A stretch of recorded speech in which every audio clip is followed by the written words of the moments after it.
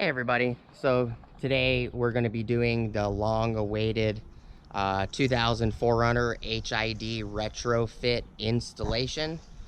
So please stick around and check out the video, and I'll see you there. Alright everybody, so we're going to do a quick drive video, behind the wheel view of the 4Runner's new lights. This video will be without the European headlight guards that are attached to the ram guard. Thanks for watching, and I'll see you there.